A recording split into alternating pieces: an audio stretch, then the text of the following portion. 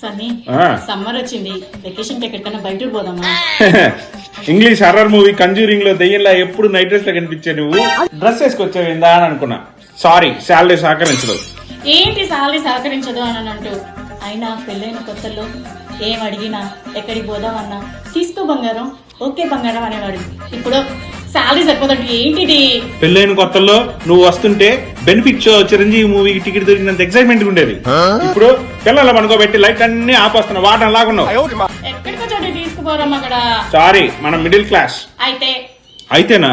Middle class లోనే class ఉంటది, కానీ సేవింగ్స్ లో క్యాష్ ఉండదు. మిడిల్ క్లాస్ అంటే నీకేం తెలుసు?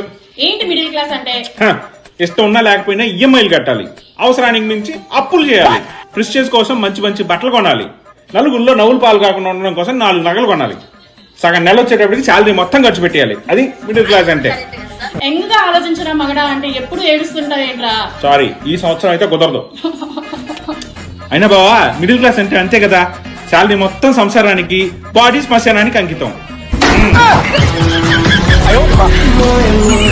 Please subscribe to our channel.